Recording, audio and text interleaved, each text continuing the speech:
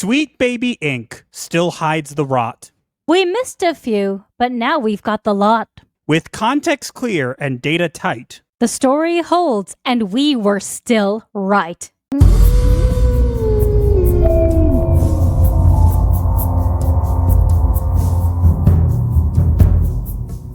We had a video that blew up and got a lot of coverage.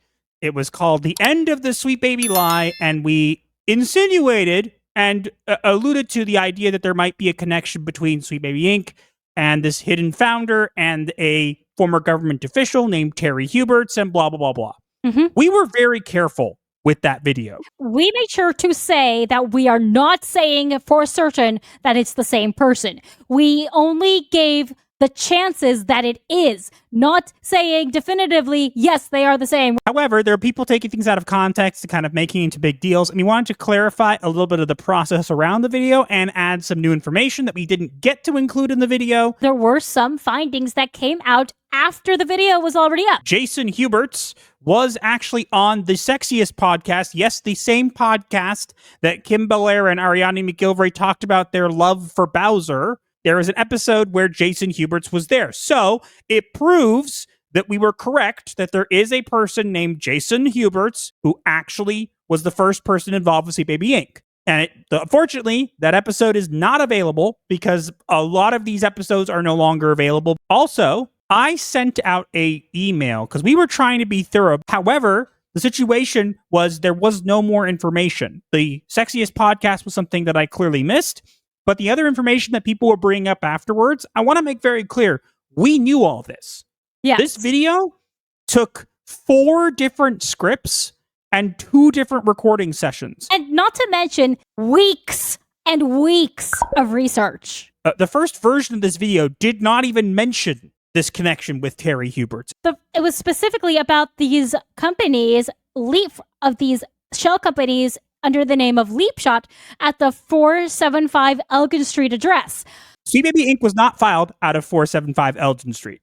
It was filed out of somewhere else, but Jason Huberts created 2 companies. The other one was at this Elgin Street address. So that's why it came up in the video, was because it was left over from our first video. It was a data point, sure, but it didn't really contribute to what we were trying to come up with at that point. People were bringing up this other Jason Huberts and saying, oh, look, this person was involved with 9 Dot Holdings and whatever. That was something we were aware of too. We looked into. First off, as you already said, honey, we did not make any definitive claims. Everyone likes to say that we did, but we didn't. There is one consistent point that people seem to forget. And what is that? They can't disprove what we said either. I reached out to the clerk of the members of Legislative Assembly to ask about Terry Huberts' full real name. Keep in mind, Master sent the initial email to the guy before we ever started recording. Yes, so we didn't include it because it came the same, actually not long after we uploaded the video, we got a response. Which is quite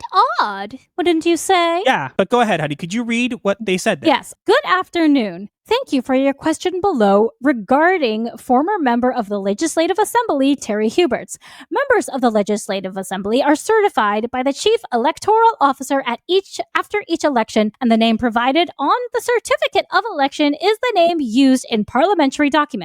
MLA Huberts was listed as Terry Huberts in the letter certifying the results of the 1986 provincial general election as read aloud by the clerk in the Legislative Assembly on March 9th, 1987. Please note that the names provided by candidates to elections British Columbia are not required to be legal names. For instance, a candidate could be known as Mike instead of Michael and the like. As such, we are unable to confirm MLA Huberts' legal name using parliamentary records. So to translate, what this means is the Legislative Assembly, where Terry Huberts was a part of, cannot verify his full name because they never got it. Looking at the image that Kim and Ariane McGilvray used, we can determine that it is probably not Terry Huberts. It is probably the son, Jason Huberts, which was mentioned, and we mentioned in the video. However, it is my opinion and I say opinion because I cannot prove this, it is my opinion that Terry Huberts was the one who filed for the helping with them with Deep Sweet Baby Inc. What we can prove definitively, let's make these claims very clear. One, Sweet Baby Inc. did have a hidden founder. He was removed from the records. People were saying that was not what happened. That is incorrect. Maybe we should have clarified more, so that's why we're doing it here. Sweet Baby Inc. filed their original things with Terrence Huberts on it, and funny enough, they had a mistake where it listed the surname as Terrence being the surname, which would have made the name of the guy Jason Huberts Terrence, which doesn't make any sense. They filed a correction a couple days later. Then later, in 2019, they removed Terrence Jason Huberts from it and put him down in the historical as only being the vice president and shareholder for one day. If they only had him there for one day and they filed a correction for a different reason a couple days later, why did they not update his thing just saying he was there for one day? A very good question indeed. They waited till a year later, and nobody can explain that to me. Even people who didn't like it, nobody can explain that. A lot of this proves that Jason Huberts was a person. He was involved with Sweet Baby Inc. He was removed from the records, and there is a very good chance that this Jason Huberts was indeed the son of Terry Huberts. That does not mean that there was direct government involvement. What that means is, hypothetically, there is a former member of the Legislative Assembly who was involved in the founding of Sweet Baby Inc., and that raises some questions. It makes you wonder, because I've never heard of that happening. Maybe it's a common thing in Canada, but I'll tell you, we looked around and we could not find this Terrence Jason Huberts in other places. And this person from Nine Dots Holding, this other Jason Huberts, who may or may not be the same one here, filed everything differently under the name Jason Huberts, not Terrence Jason Huberts, which is what makes me believe that this was indeed filed by his father. Everything is conjecture. I don't know why there are people who are saying that we are definitively stating that it's the government's fault for the DEI and blah, blah, blah. We ran with it because of the significance of the findings, and the main goal of the video was to make people think.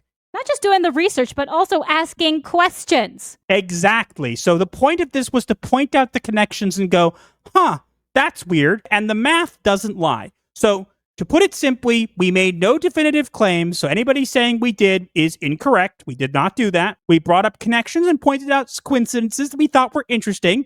And yeah, some people might find it to reach. And you know what? That's why we presented it as speculation and not definitive.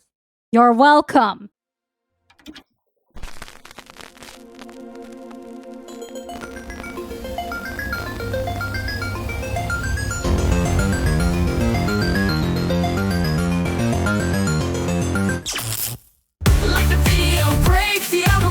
Share with your crew, escape life's hell. From spooky memes to advice obscure, here's your dark solace of humor as a cure.